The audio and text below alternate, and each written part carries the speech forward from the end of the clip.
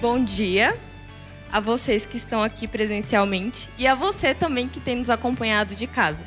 Sejam todos muito bem-vindos e bem-vindas, que nós possamos ter hoje momentos agradáveis aqui. Um recado importante para você que deseja contribuir através dos seus dízimos e ofertas, nós temos uma chave Pix, ela vai estar passando aqui em cima e para você que está vendo de casa vai estar aparecendo em algum lugar aí da tela. Mas você também pode anotar, é pix@umlugarcomunidade.com.br. Bem fácil, né? E eu vou repetir. pix@umlugarcomunidade.com.br. Hoje nós vamos estar dando continuidade à série O Fim da Memória.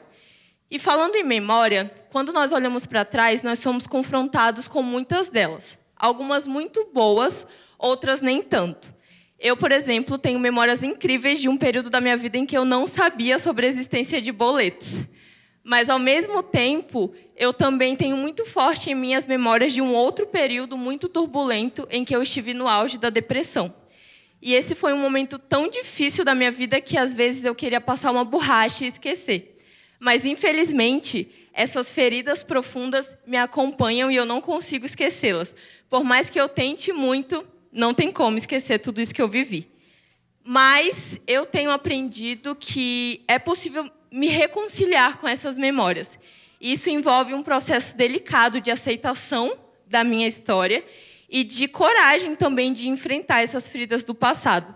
E essa aceitação não é um esquecer das lembranças, mas, na verdade, é um processo de me apoderar de tudo isso que eu vivi e de entender que essas memórias elas não precisam ser um fardo para mim, mas elas podem ser parte vital da minha identidade e do meu crescimento.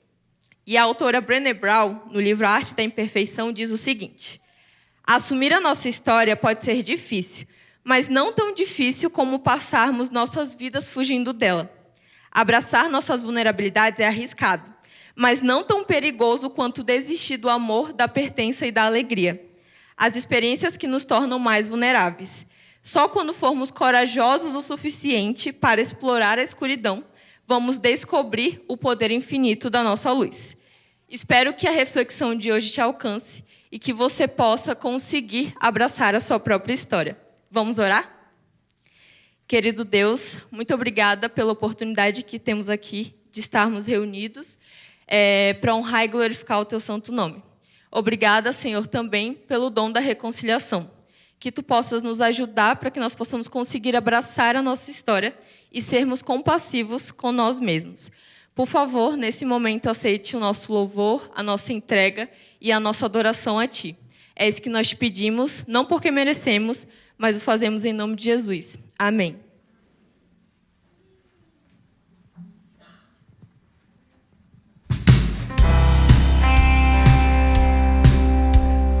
A palavra de Deus diz que o Senhor é o nosso socorro bem presente na angústia. Nos momentos de aflição nós podemos gritar para Ele, clamar o seu nome, que Ele vai ouvir a nossa oração. Vamos todos louvar juntos, vamos todos juntos. Não tenho tom, não tenho palavras, não tenho acorde que me socorra agora. Tudo foi embora, só tenho você.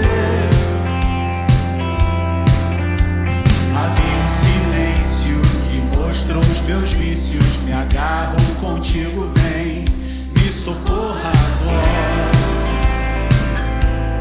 Tudo foi embora, só tenho você. Agora.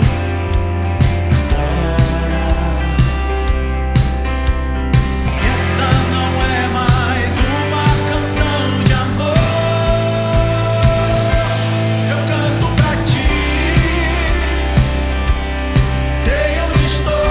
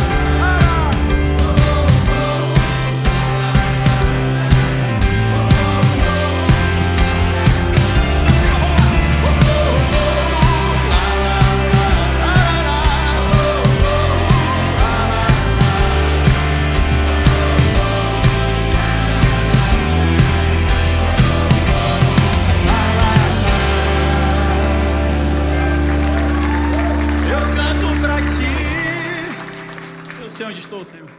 Sei onde estou. Olhando pra mim, posso saber que nada sou. Grita pra Ele. Eu grito pra Ti, oh Deus, vem me socorrer. Olhando pra mim, posso saber que nada posso fazer.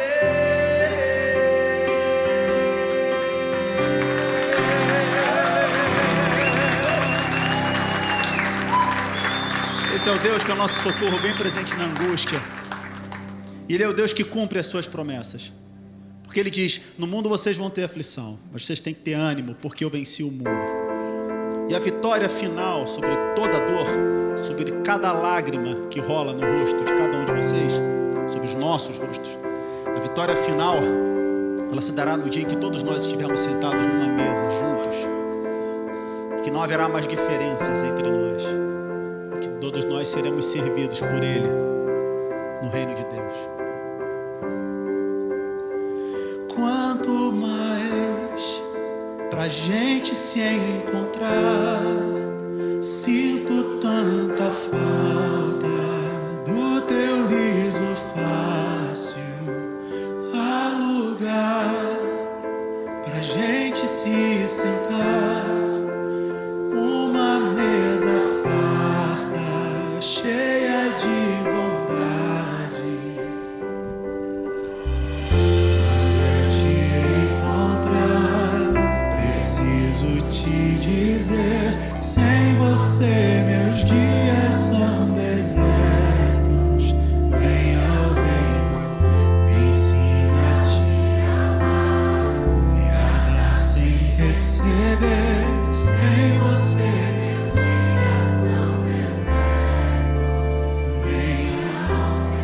vem ao teu reino. Veja, tudo que eu mais quero é te ver de perto, dar e receber o teu amor. Veja, tudo que eu preciso é andar contigo, dar e receber o teu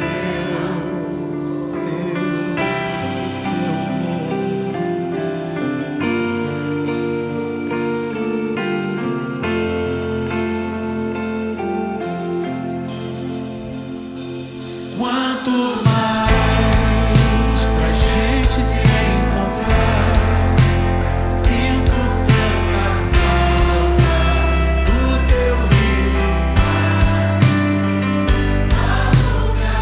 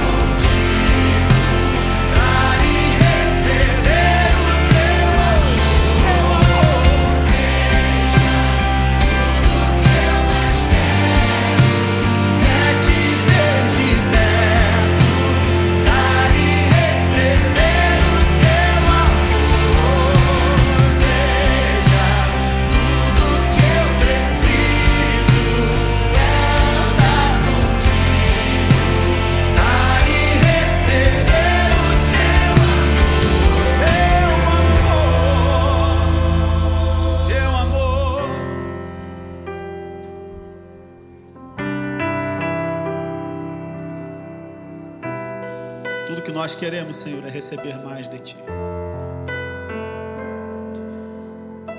Mas enquanto isso, nós esperamos o dia em que com os nossos próprios olhos nós veremos o reino de Deus encher a terra e contemplaremos e louvaremos o Senhor face a face.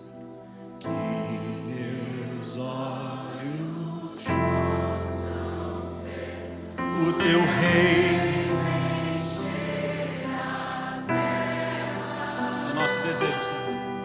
Que meus olhos possam ver face a face a Tua glória.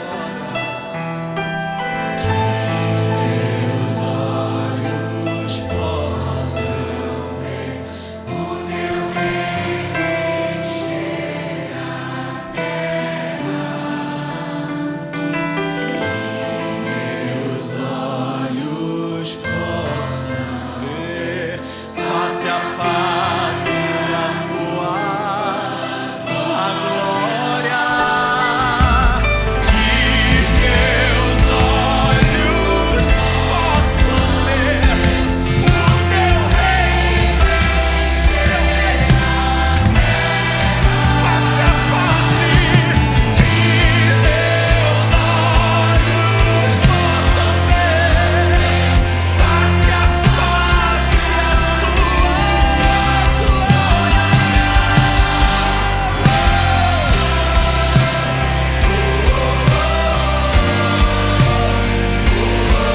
Tua glória.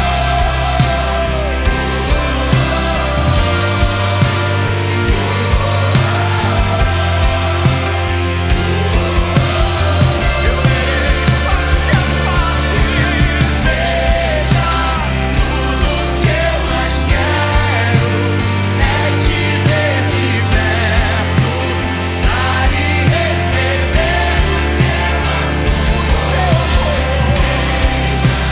Tudo que eu preciso é andar contigo, dar e receber o Teu amor.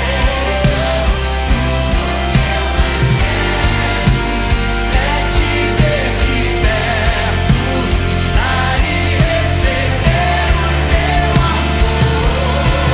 Veja, tudo que eu preciso é andar contigo, dar e receber o Teu amor. Veja, tudo que eu mais quero é Te ver de perto, dar e receber o Teu amor. Veja, tudo que eu preciso é andar contigo, dar e receber o Teu amor. É a nossa oração, Senhor. Veja, tudo que eu mais quero é Te ver de perto, dar e receber o Teu amor.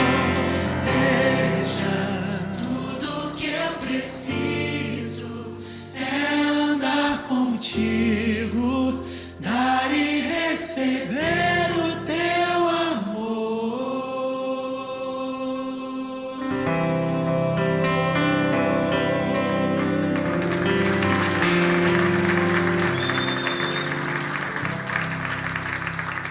Nosso Deus é o Deus que cumpre todas as suas promessas. Mas Ele diz para você: enquanto as minhas promessas não são cumpridas, você precisa continuar confiando, acreditando que eu vou cumprir com a minha promessa. E Ele diz para você: chegue a mim, você que está cansado e sobrecarregado, eu vou aliviar o seu fardo, a sua dor. Eu sou a voz que te guiou pelo deserto, sou o princípio e o fim. Eu sou a força que criou o universo e toda a vida fez surgir.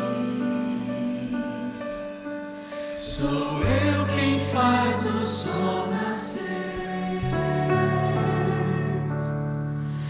Sustento a terra em minhas mãos. Eu sou o bom pastor e cuido dos seus filhos. Eu sou a água e o pão. Eu sou a lei, sou o amor e a verdade. Sou a justiça e o perdão. Te amparo em meus braços, acalmo teu coração. Confia e descansa em mim. Confia e descansa em mim. Confia e descansa em mim.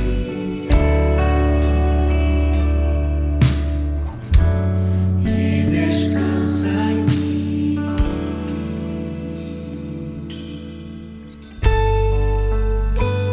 Se seu fardo é difícil de carregar, se você está cansado, se você não aguenta mais, você veio ao lugar certo. Você veio ao lugar onde a gente deposita sobre os ombros do Senhor o peso que nós não podemos e não somos capazes de carregar.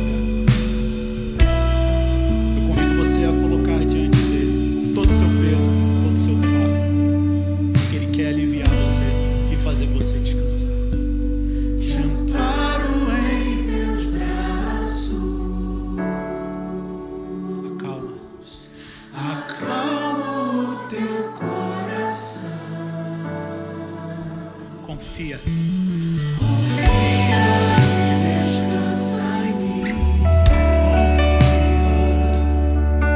Confia e descansa em mim. Confia. Confia e descansa em mim.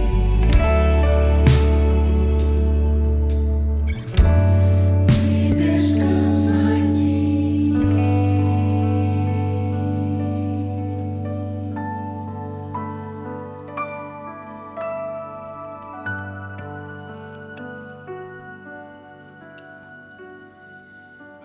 Eterno nosso Pai, eterno nosso Rei, obrigado pelo teu cuidado, obrigado pelo teu carinho, obrigado por nos ajudar constantemente a confiarmos em Ti.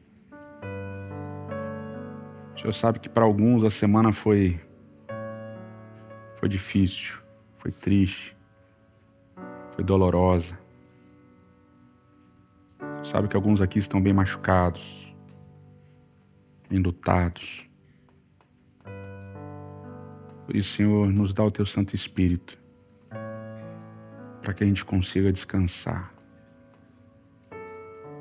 Descansar não em nossas obras, em nossa justiça própria, em nossos méritos. Descansarmos na Tua graça. Te implora isso em nome de Cristo Jesus. Amém, Senhor.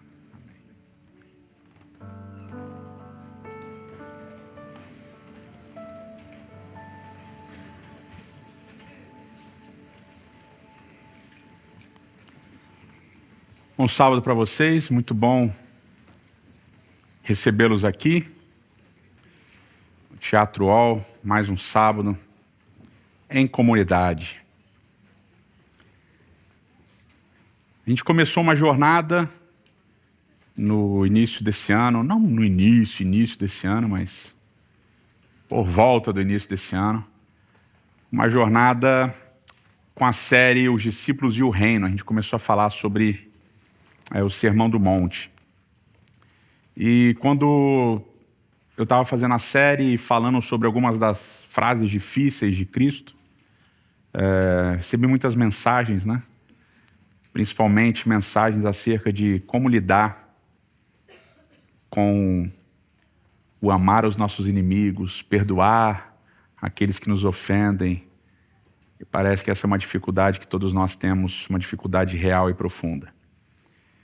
E a partir disso, então, a gente falou sobre exclusão e abraço, para lidar um pouco sobre isso. Depois tivemos a série O Peixe e o Verme também para falarmos sobre isso. E agora a gente está terminando esse ciclo com a série O Fim da Memória. É uma série baseada livremente no livro de mesmo nome do teólogo Miroslav Volf. E porque a gente entende que essa parte da jornada de amor, de perdão, é uma parte muito complexa e muito difícil. A gente falou um pouquinho sobre as diversas facetas da memória, principalmente da memória dos traumas que a gente sofreu, dos traumas que a gente viveu, que a gente experimentou. E a gente sabe que essas memórias que a gente tem, elas são sempre memórias dúbias, né? Elas vão para os dois lados, vamos dizer assim. Quando são coisas que a gente fez, que a gente causou, feridas que a gente abriu nos outros, circunstâncias em que a gente foi ofensivo, maldoso, a nossa tendência é amenizar essas memórias ou apagar essas memórias, ou quando alguém lembra, a gente ter uma justificativa muito plausível dessas memórias daquilo que aconteceu com a gente, ou daquilo que a gente causou, desculpa. E, ao mesmo tempo, quando a gente sofre, quando a gente é ofendido, quando a gente é abusado, quando a gente está em uma situação em que as feridas são causadas na gente por outros, a nossa tendência é também super enfatizar essas memórias, dramatizar essas memórias e também nos colocar muito numa posição de vítimas plenas, né? Embora muitas vezes nós realmente sejamos essas vítimas plenas.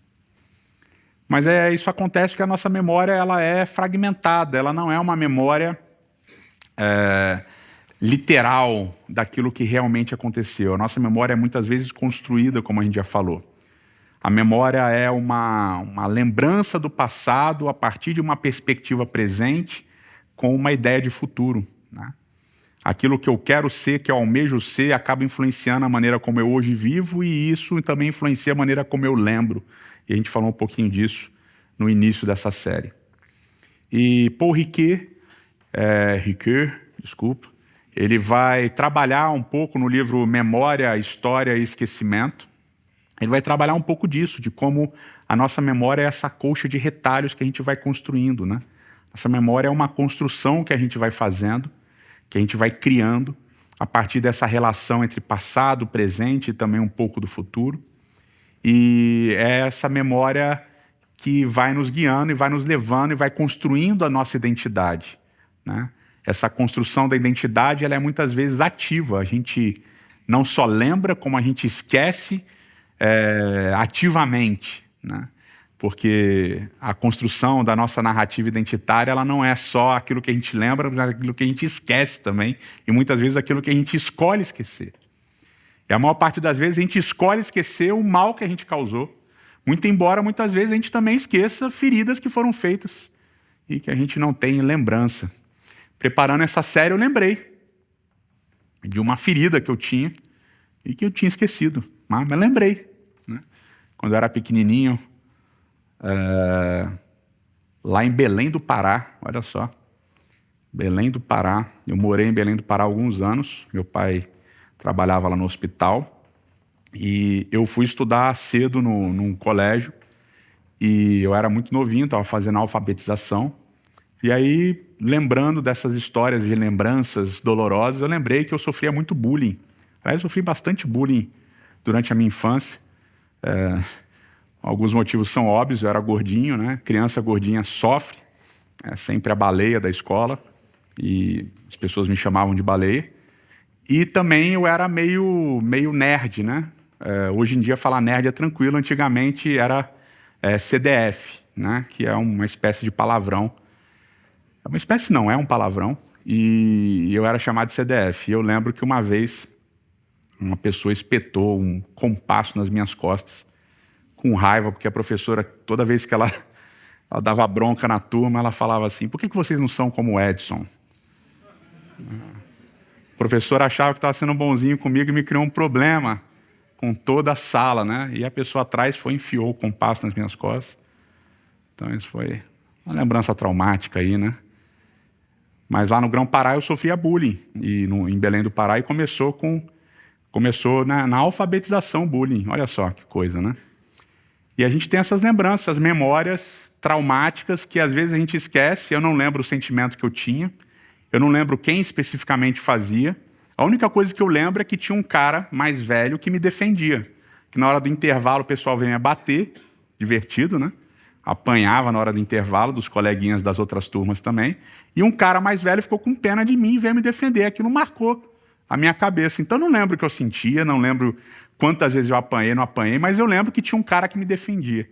Então isso é interessante, a gente não é só as memórias que a gente lembra, nem como a gente lembra, nem... A gente é também aquilo que a gente escolheu esquecer e que muitas vezes a gente ficou lá no esquecimento, sentimentos e todas essas coisas que vão ficando para trás. Mas a memória do trauma, ela cria na gente essa expectativa de uma justiça, de uma solução que muitas vezes não vem. A gente falou um pouquinho disso semana passada também. E eu mencionei uma expressão que eu gostei muito do Paul Ricoeur, que é essa expressão do horizonte da memória, né?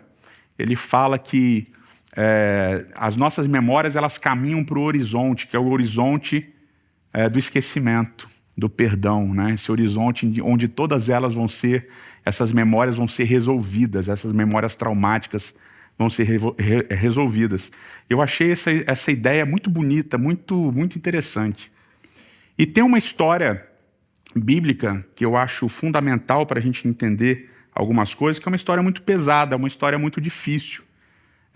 Principalmente porque quando a gente fala que Deus perdoa os pecados, que Deus lida com os nossos pecados, que Deus oferece graça, que Ele vai cobrir os nossos pecados com o sangue de Cristo, essas ideias todas elas são meio que filosóficas, elas são meio que etéreas, elas ficam, né, no nosso imaginário como uma coisa muito não palpável. Mas tem uma história específica de Cristo que eu acho que é tremendamente palpável, né? Dentre as várias injustiças e ofensas que ele viveu, que ele experimentou, tem uma história que eu acho que tem uma dimensão que é muito pessoal e muito forte para a gente, que é a história dele com Pedro, né? Pedro é esse discípulo que todos nós gostamos de nos identificar com, né? Que é o cara mais explosivo, que é o cara que está sempre junto com Cristo e tal, papapá, que fala primeiro antes de pensar. E eu tenho vários amigos que falam, não, eu sou como Pedro, eu falo mesmo e tal, papá. A gente tem essa tendência de gostar de Pedro, né? Vários de nós temos essa tendência de gostar de Pedro. Porque Pedro é o cara dos altos e baixos, né? E quem assiste aquela série de televisão, de seriado, né, The Chosen, eu acho que é uma série muito legal, muito bonita e retrata Pedro de uma maneira muito interessante, né? Com esses altos e baixos, eu acho uma série brilhante, um roteiro brilhante. E tem um episódio que eu gosto de lembrar e eu gosto de fazer sermões sobre esse episódio, que é bonito, porque é naquele sermão de João capítulo 6, em que Jesus fala que ele é a verdadeira comida, que ele é a verdadeira bebida, que não existe vida fora dele, que quem quer viver, quem quer ter a vida eterna precisa comer do corpo dele, beber do sangue dele. É um sermão muito bonito que Jesus fala sobre graça e os fariseus não aceitam e tal. E é um sermão tão duro sobre graça, tão duro sobre essa dependência que é necessário que a gente tenha de Deus e do sacrifício de Cristo. E é um sermão incrível porque no final todo mundo vai embora. E tanta gente vai embora, é o único sermão que a gente tem relatos nos evangelhos de que as pessoas vão embora. Jesus está pregando sobre graça, as pessoas vão embora, elas não aceitam, elas não gostam. E aí, tanta gente vai embora que eu imagino Jesus olhando para os 12, porque ele fala isso, ele vira para os 12 e fala, vocês querem ir embora também? E Pedro responde, não, Senhor, para onde nós iremos? Só tu tens as palavras da vida. Lembram disso? É uma frase linda de Pedro. Na sequência, ele fala uma outra besteira e Jesus fala, sai dele, Satanás, porque, né? Então, Pedro é esse cara. E nesse processo todo, Jesus está ali na última ceia, na Santa Ceia, com todo mundo reunido. Em breve a gente vai ter a Santa Ceia aqui na comunidade também. Está todo mundo reunido na Santa Ceia e tal, e Jesus falando que ele vai morrer, e falando dos últimos momentos da vida dele, antes deles irem para o Getsêmani.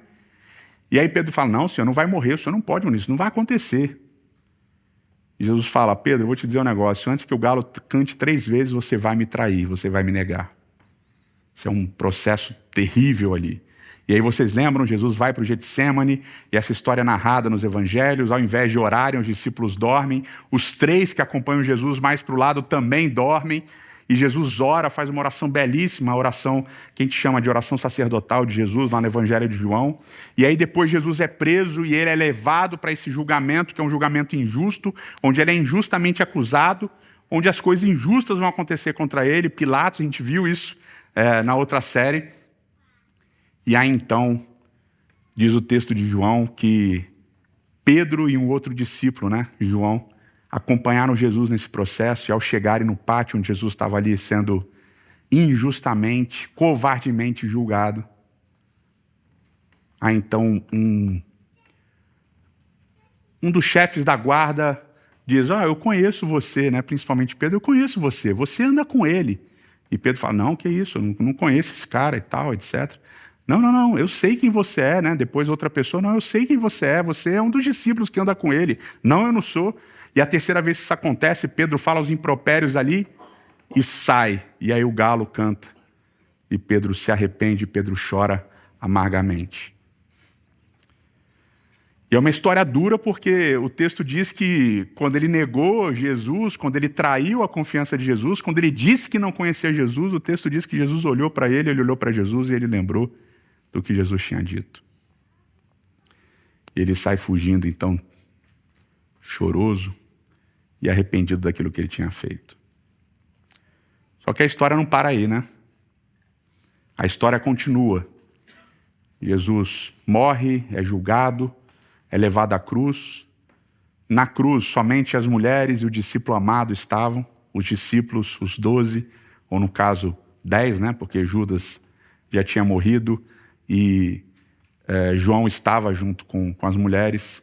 Os outros 10 estavam escondidos com medo. Jesus morre, é enterrado. No sábado ele ressuscita, as mulheres são as primeiras a vê-lo, ressurreto. E elas correm para contar para os homens, encontram Pedro no caminho, eles não acreditam, Pedro não acredita. Eles vão até lá e checam que realmente Jesus tinha ressuscitado. E tem algumas aparições e Jesus então faz um café da manhã com peixinho, para relembrar os bons tempos para os discípulos. E somente João retrata essa história. Evangelho de João, capítulo 21, a partir do verso 15. Depois de comerem, Jesus perguntou a Simão Pedro: Simão, filho de João,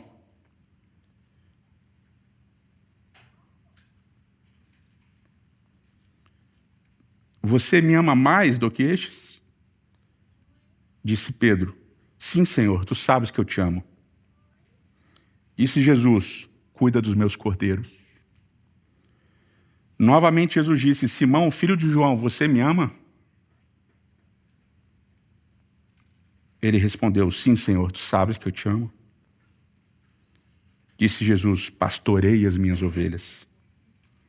Pela terceira vez ele disse: Simão, filho de João, você me ama? Pedro ficou magoado, entristecido, por Jesus lhe ter perguntado pela terceira vez: você me ama? Ele disse: Senhor, tu sabes todas as coisas e sabes que eu te amo. Disse-lhe Jesus: cuida das minhas ovelhas. E digo-lhe a verdade, quando você era mais jovem, vestia-se e ia para onde queria. Mas quando for velho, estenderá as mãos e outra pessoa vestirá e o levará para onde você não deseja ir. Jesus, verso 19, disse isso para indicar o tipo de morte com a qual Pedro iria glorificar a Deus. E então Jesus disse: siga-me.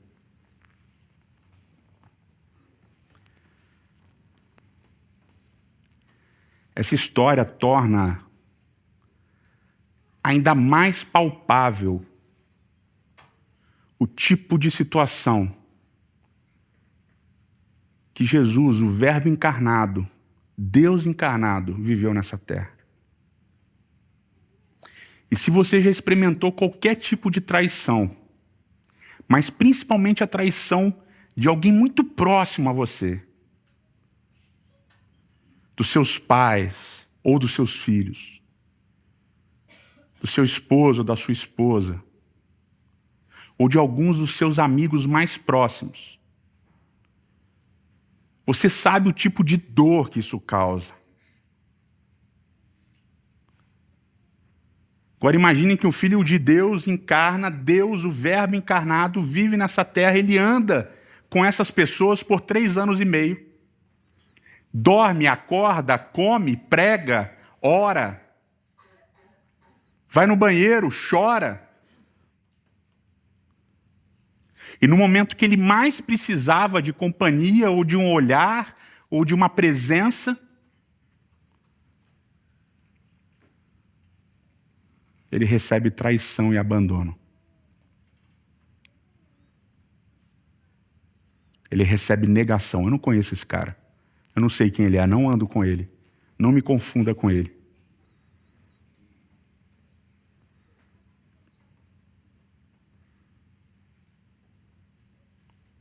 Essa traição que Jesus, nos últimos momentos, além de experimentar o abandono do Pai, o abandono de vários de seus discípulos, ele experimenta o abandono de um amigo próximo, íntimo dele.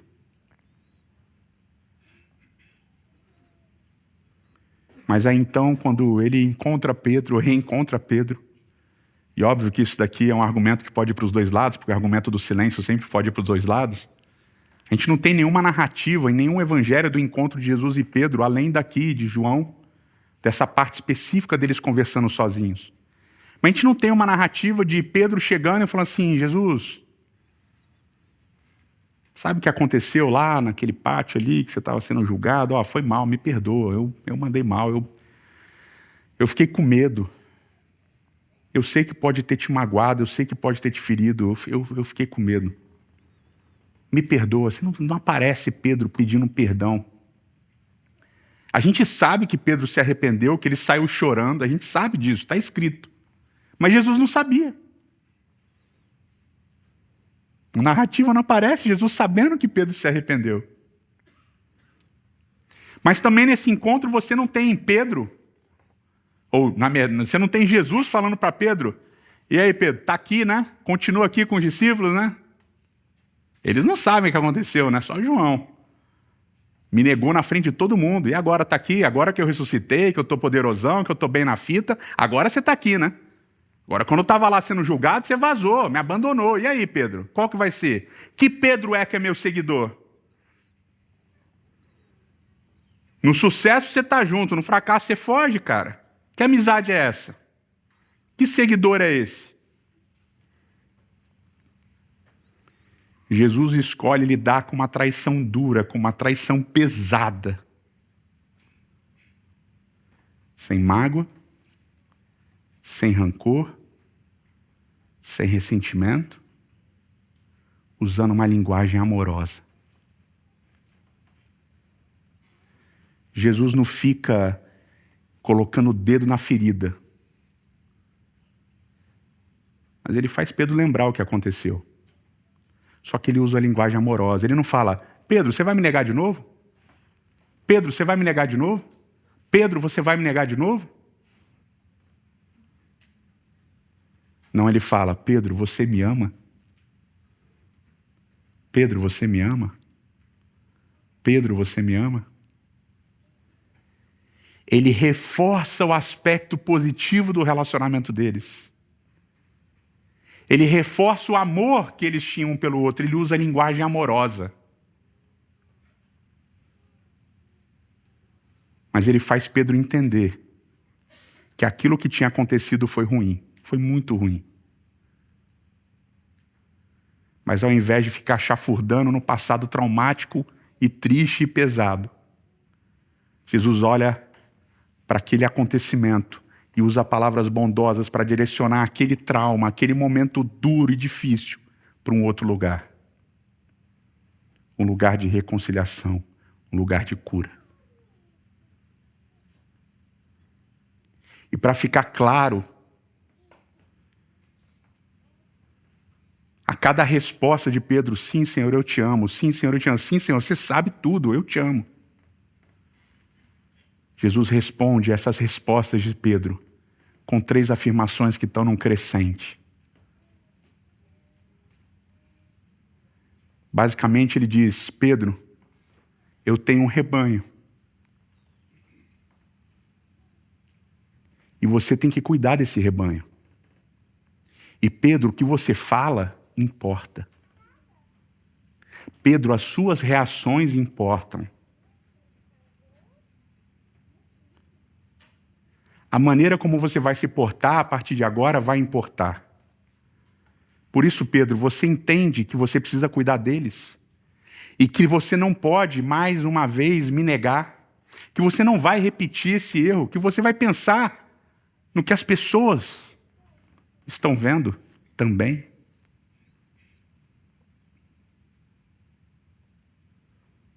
Porque quando você me nega em público, você testemunha.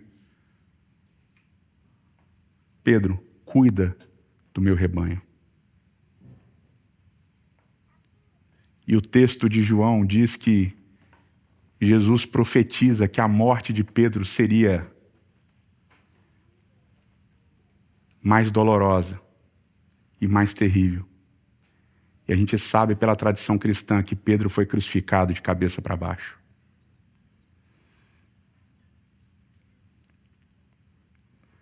Porque Pedro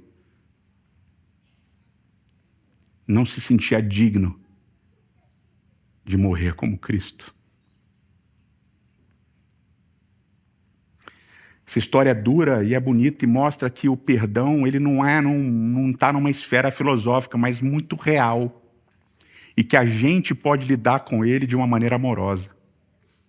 Mas é óbvio que isso não é fácil, é óbvio que isso nem sempre vai acontecer. É óbvio que muitos de nós vão ter dificuldades em perdoar, em buscar reconciliação. Porque alguns traumas que a gente viveu e experimentou, de traições, de violências a partir de pessoas que a gente amava ou que a gente confiava, não são tão facilmente superados. E é por isso que a gente acredita num dia do juízo final. A gente acredita no momento em que Cristo vai voltar a essa terra e vai trazer juízo. Só que quando a gente pensa nesse juízo que Cristo vai trazer nessa terra, a gente sempre pensa nos termos de aqueles que me ofenderam, aqueles que me injustiçaram, aqueles que me perseguiram, aqueles que praticaram mal contra mim, vão queimar no fogo do inferno. E tem até teologia cristã que diz que vai ter o inferno queimando eternamente. E a gente vai poder olhar o pessoal pegando fogo para sempre. A danação eterna. E eu acho que em alguns momentos a gente tem até um prazer nessa teologia. Porque quando a gente é injustiçado e violentado e abusado e a gente sofre, a gente olha para aqueles que fizeram isso e a gente pensa, um dia Cristo vai me vindicar, vai fazer justiça em meu nome, e esses caras vão queimar e eu vou olhar, queima, filho de Beelzebu. Isso acontece com a gente. Só que o cristianismo de Cristo não é esse. É o do juízo que traz perdão para aquele que aceita o perdão e a graça. É óbvio que, como a gente já falou, muitos não vão aceitar o perdão e a graça, mas muitos vão aceitar o perdão e a graça. Só que a gente imagina o perdão e a graça de Deus direcionado para as pessoas que pecaram contra Deus. Pessoas que fizeram coisas contra Deus. E a gente esquece que na Bíblia o pecado contra Deus também é o pecado contra o próximo. Portanto, se você pecou contra Deus, é porque você pecou contra o próximo. E se você pecou contra o próximo, significa que você foi mal em relação a alguma pessoa. E esse perdão é um perdão da pessoa com Deus.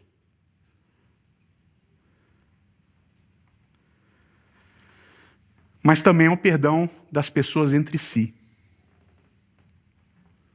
Porque nesse reino do porvir, esse reino que Deus vai trazer, é o reino do amor e da graça, para aqueles que aceitarem o amor e a graça. E esse reino do amor e da graça é um reino onde Deus perdoa, mas nós vamos precisar perdoar. Já pensou? Você está com aquele conjunto de pessoas redimidas, aquele conjunto de pessoas que aceitaram o amor, a graça de Cristo e se arrependeram do mal que fizeram. E lá está aquela pessoa. Aquela que fez aquilo para você. Deus a perdoou. Só que, infelizmente, na nova terra, não vai ter um lugar para você viver longe dela. Infelizmente, na nova terra e com os redimidos, não vai ter como você ficar com raiva de Deus, né? Também, né? Ô, Senhor, como é que você trouxe esse cara? Vai precisar haver reconciliação. E não é só entre você e Deus, mas é entre você e os que estão ao seu redor e que muitas vezes lhe causaram mal. A jornada do perdão e da reconciliação não é obrigatório que ela aconteça agora e que você perdoe as pessoas e que você aceite o mal que elas fizeram e resolva isso agora e pronto. Não, é uma jornada, mas ela precisa começar em algum momento. Porque quando vier o novo céu e a nova terra, lá não haverá pranto, nem luto, nem dor. Porque as primeiras coisas terão passado. O pecado vai ter passado. Portanto, o pecado que fizeram, o mal que praticaram contra você vai ter passado também. E nesse momento você vai ter que, como Deus perdoou, perdoar também. E essa, como eu já disse, é a parte difícil do Evangelho. Quem quer vir após mim, tome a sua cruz e siga-me. Quem quer vir após mim, perdoe os seus inimigos. Como seguidores de Cristo, quando nós seguimos o Mestre, quando nós fazemos, por exemplo, a oração que o Mestre nos ensinou, a oração do Pai Nosso, lá diz, perdoa as nossas dívidas, como nós perdoamos aos nossos devedores. Essa jornada dura, difícil, e que talvez só termine com a volta de Cristo Jesus a essa terra, precisa começar em algum momento na sua vida.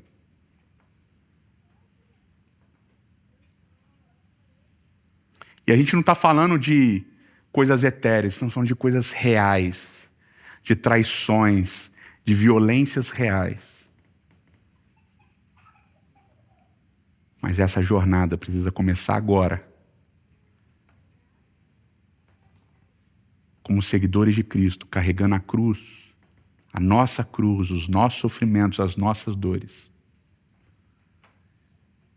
E buscando de alguma maneira transcendental e espiritual reconciliação com aqueles que nos machucaram. Eterno nosso Pai, eterno nosso Rei.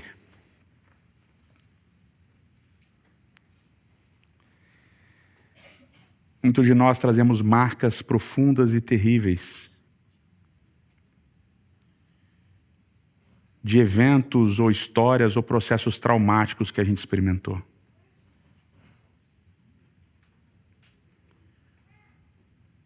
Muitos de nós ainda lutamos para não permitir que o ressentimento, que a mágoa, que a dor tomem conta da nossa vida. Senhor, mais uma vez, em nome de Cristo, a gente implora que Teu Espírito trabalhe na nossa mente, no nosso coração. Que Teu Espírito nos dê coragem de buscar ajuda, se for o caso. Ajuda humana mesmo, terapia. Mas a gente implora em nome de Cristo que o Teu Espírito nos ajude a não sucumbirmos ao ressentimento, à mágoa e à dor. Ao mesmo tempo, Senhor, como Teus seguidores, nós temos uma tarefa dificílima, que é amarmos os nossos inimigos e perdoar aqueles que nos ofendem.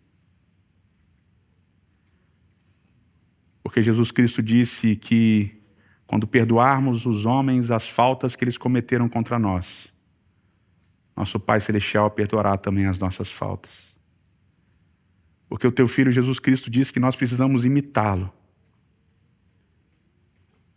e carregarmos a nossa cruz, de buscarmos uma reconciliação com aqueles que nos machucaram. Talvez isso não seja possível agora. Talvez isso só seja possível quando Cristo Jesus voltar a essa terra. Mas, por favor, Senhor, através do Teu Espírito, nos ajude a começarmos essa jornada de perdão, de amor e de reconciliação. É o que nós te imploramos em nome de Cristo, aquele que foi traído e perdoou. Amém.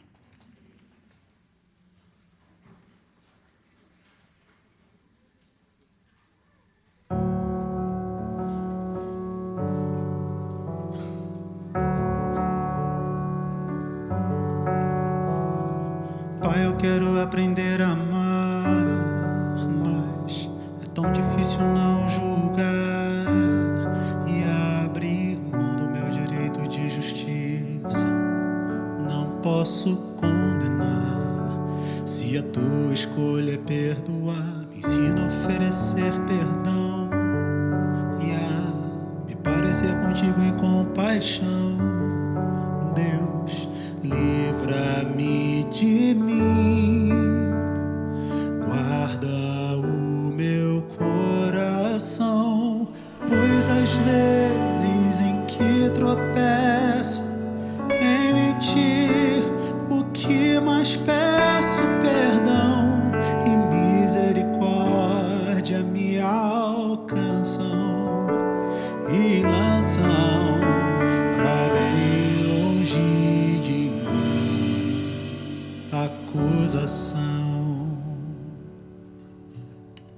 Se confesso meus pecados, sou por Deus justificado, deixo a culpa sobre a cruz, sou liberto por Jesus, encontrei em seu olhar tanto amor pra recomeçar, deixo o fardo sobre